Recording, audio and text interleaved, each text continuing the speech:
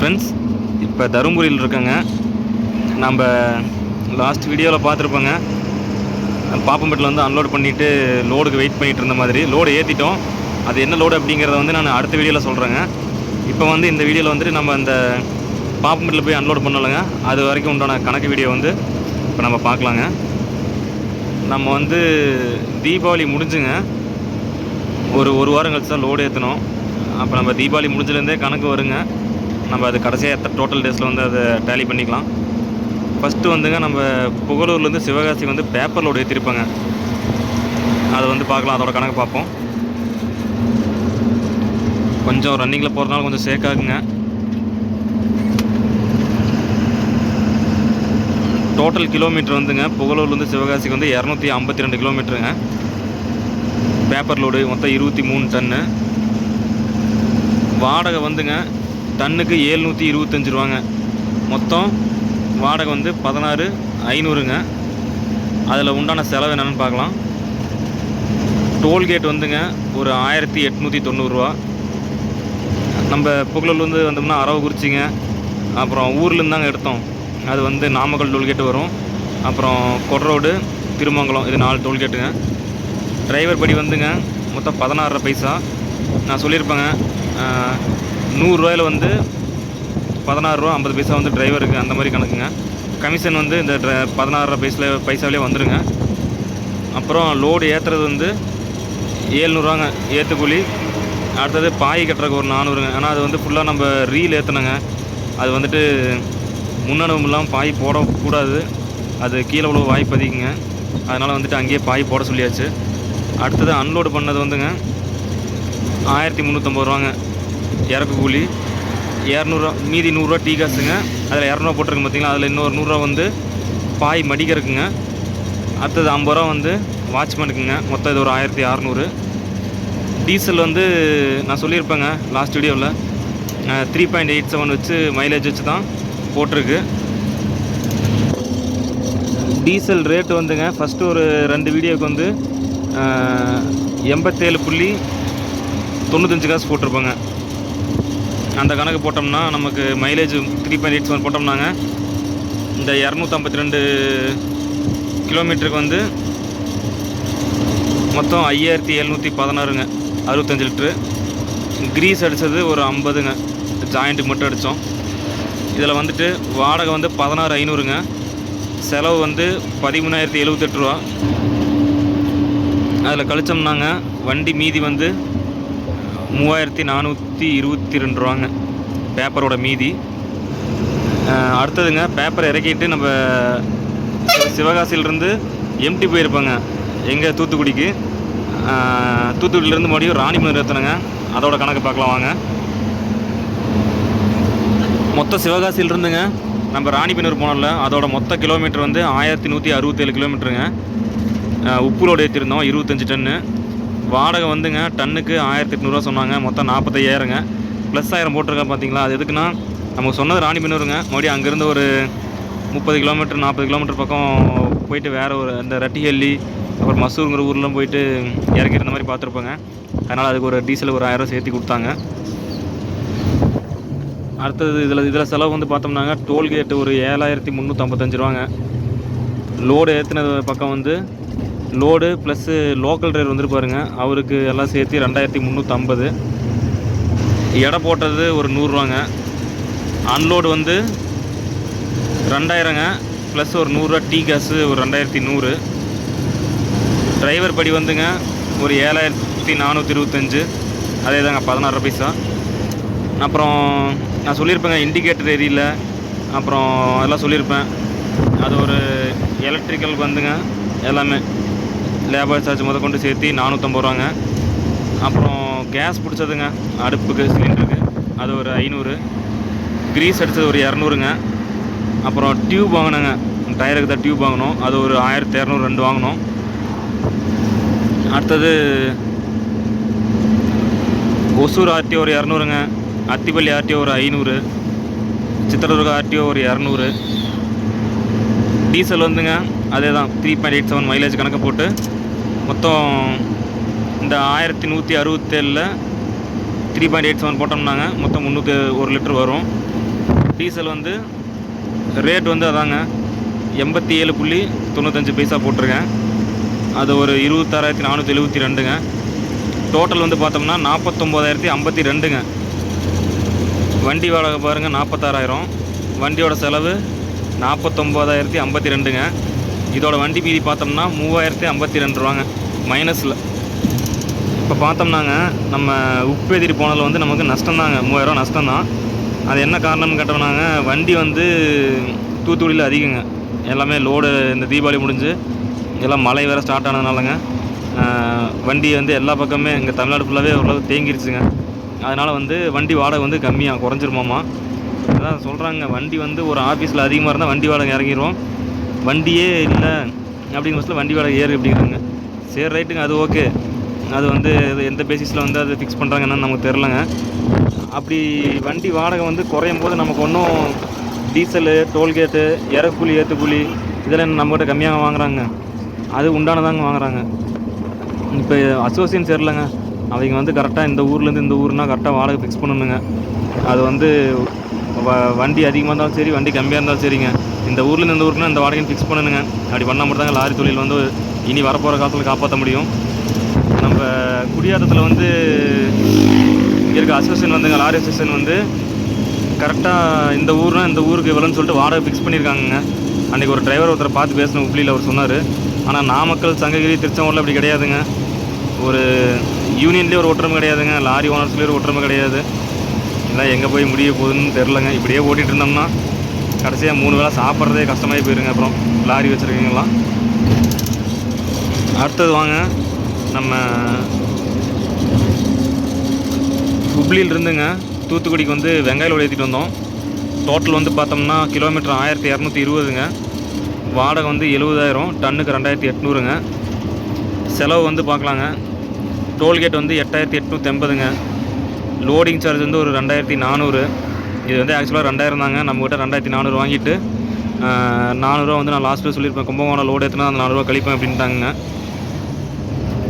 அப்புறம் அந்த வடக்கன்ஸுங்க மூட்டையை போட்டு ஏறி முதிக்கிறதுக்கு எங்களை வந்து போட சொன்னாங்க. நாங்கள் வண்டி ஓட்டுறதா இல்லை உடம்புல படுத்து தூங்குறதாங்க, அதை மூட்டை இழுத்து போட்டு அது ஒரு ட்ரிக்கு வந்து கண்டுபிடிச்சி அதுக்கு ஒரு 300 ரூபா வாங்கிட்டானுங்க நம்மக்கிட்ட.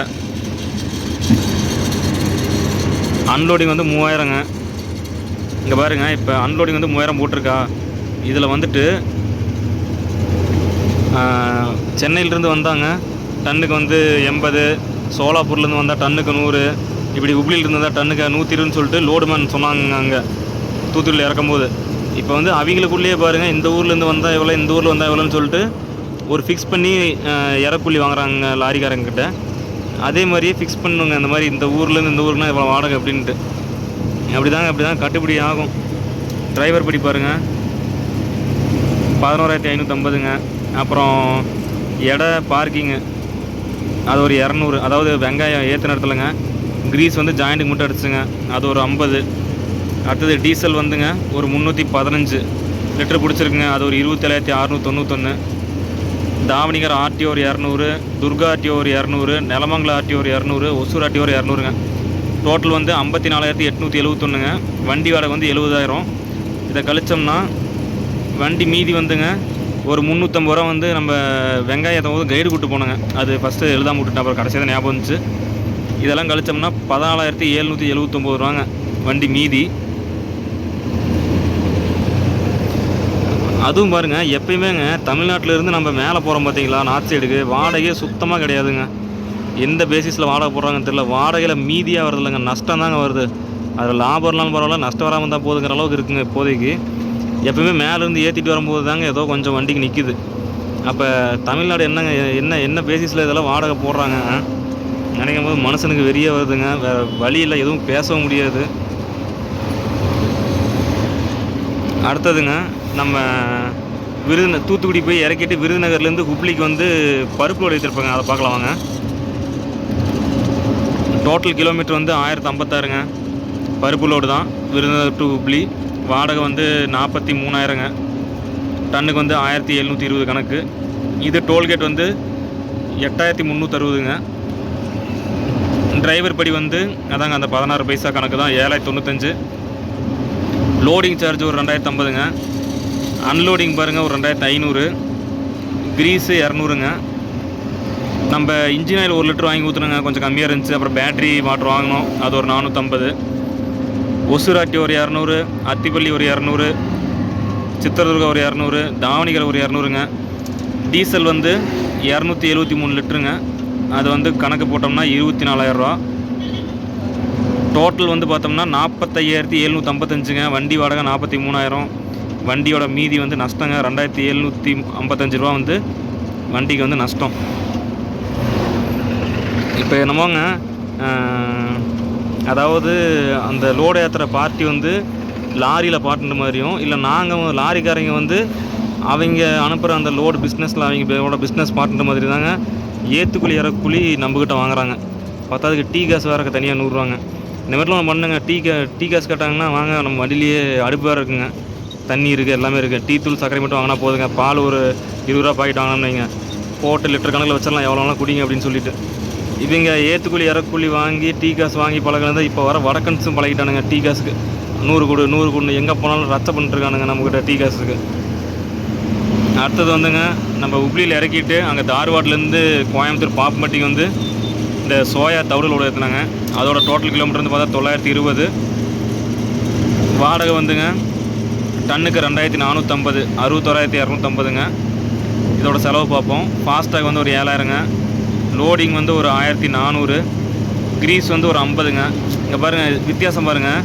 இந்த லோட்லேயும் 25 டன் தான் ஏற்றுனாங்க. ஆனால் இங்கே வந்து உள்ளே வந்து பாய் போடுறதாங்க 500. லோடிங்க்கு வந்து கம்மி தான், 900 தாங்க மொத்தம் லோடிங்க்கு. இப்போ இதில் லோடிங்க்கு இவ்வளோ கம்மியாக வாங்குறாங்க.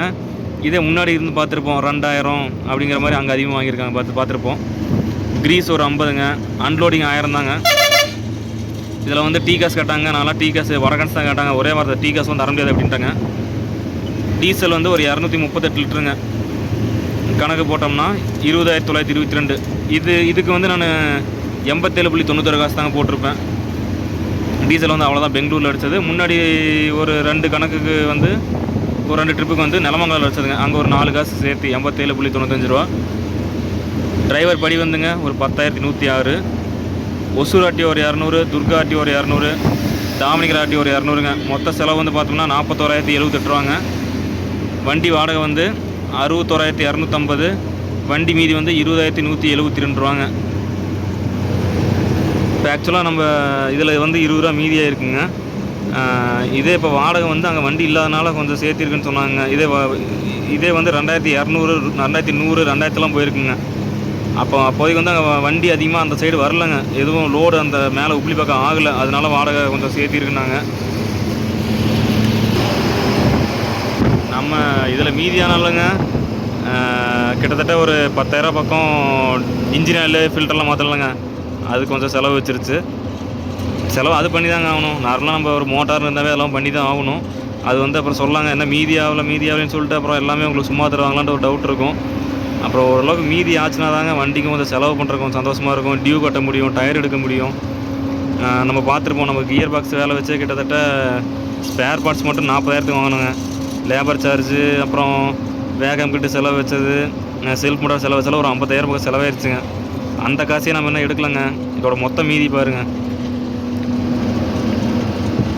டோட்டல் கிலோமீட்டர் வந்துங்க 4,615 ரூபாங்க. டோட்டல் டீசல் அடித்தது வந்து 1,192 லிட்டருங்க. வண்டி மைலேஜ் வந்துங்க 3.87 போட்டிருக்கேன். அவ்வளோதாங்க வந்துச்சு, நம்ம பார்த்துருப்போம். டோட்டல் டேஸ் வந்துங்க மொத்தம் 16 நாளுங்க. 16 நாள்னால் நம்ம தீபாவளி முடிஞ்சுங்க, ஞாயிற்றுக்கிழமை தீபாவளி முடிஞ்சதா, அதுலேருந்தே ஒரு வாரம் லோடு இல்லை. அதுலேருந்து கணக்கு வச்சோம்னா 22 நாள் ஆயிடுச்சுங்க. இப்போ வாங்க மொத்தம் மீதி பார்ப்போம். டோட்டல் வண்டி மீதி வந்து பார்த்தோம்னாங்க, பேப்பர் இருப்பு வந்து ஒரு 3,422ங்க.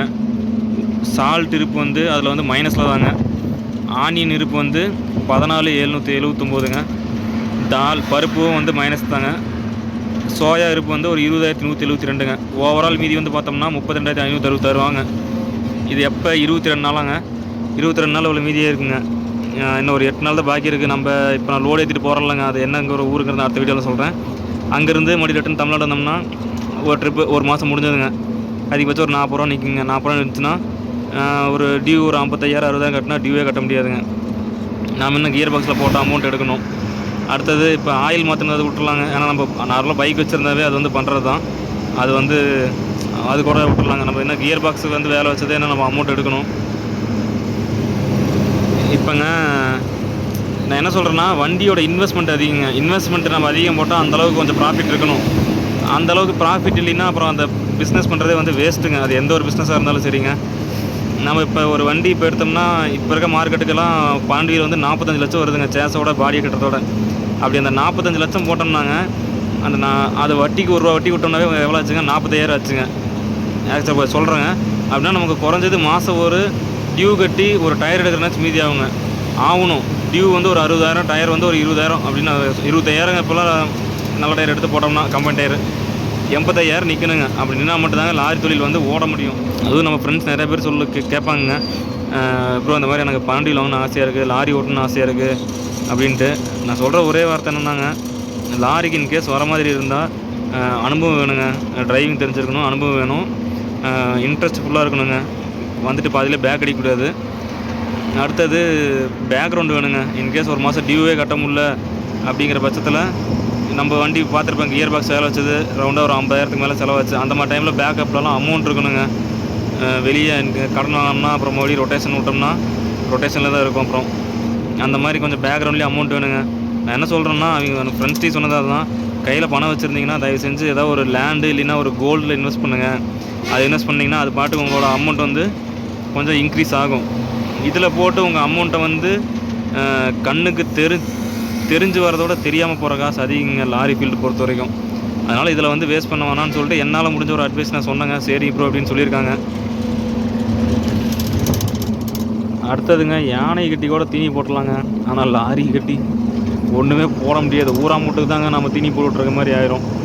நம்ம வீட்டுக்கு நம்ம தீனி போட முடியாதுங்க கடைசி வரைக்கும். அடுத்ததுங்க, மெயினாக வந்து பார்த்தோம்னா நம்ம பார்த்துருப்போங்க, நம்ம ஓட்டுனதே வந்து பார்த்தோம்னா பருப்பு லோடு, உப்பு, அப்புறம் இப்போ தவிடுங்க. அடுத்தது வந்து பார்த்தோம்னா பேப்பர் ஏற்றிட்டு வந்திருப்போம். அதுக்கப்புறம் வெங்காயங்க. எல்லாமே வந்து பார்த்தா நம்ம டெய்லி லைஃப்பில் யூஸ் பண்ணுற ஒரு பொருள் தாங்க அது. அது உப்பாகட்டும், வெங்காயம் ஆகட்டுங்க, பருப்பாகட்டும், ஏன் பேப்பராகட்டும், ஏன் தவிடாகட்டுங்க. இது வந்து எப்படி சொல்கிறதுங்க, லாபமும் நஷ்டமாங்க. இந்த உலகம் சுற்றுறது வந்து நின்றுச்சுன்னா எப்படி பூமியில் வந்து உயிர் வாழ முடியாதோ அதே மாதிரி லாரியோட டயர் சுற்றுறது நின்றுச்சுன்னா ஒரு நாட்டோட பொருளாதாரம் அப்படியே டவுன் ஆயிருங்க. அதை ரன் பண்ணிருக்கிறதே ஆக்சுவலாக நாங்கள் தாங்க. ஒரு நாட்டோட பொருளாதாரத்தை ஸ்டேபிளாக வச்சுருக்கிறதே லாரி டிரைவர்ஸ் தான். ஆனால் அவங்களுக்கு ரெஸ்பெக்டும் கிடையாது. ஏதோ நம்மளால் வந்துட்டு ஒரு நாட்டோட பொருளாதாரம் ஸ்டேபிளாக இருக்குது. டெய்லி லைஃப்பில் வந்து நம்மளால் மக்கள் எல்லாருமே யூஸ் பண்ணுற பொருள் குண்டூசிலேருந்து ஏரோப்ளேன் வரைக்கும் கொண்டு போகிறது நாங்கள் தாங்க. வீட்டில் இன்றைக்கி நம்ம ஒரு தக்காளி எடுத்துக்கோங்க, பருப்பு, வெங்காயம், அது பூண்டாகட்டும், எண்ணெய் எல்லாமே வந்து கேரி பண்ணுறது லாரி டிரைவர்ஸ் தாங்க.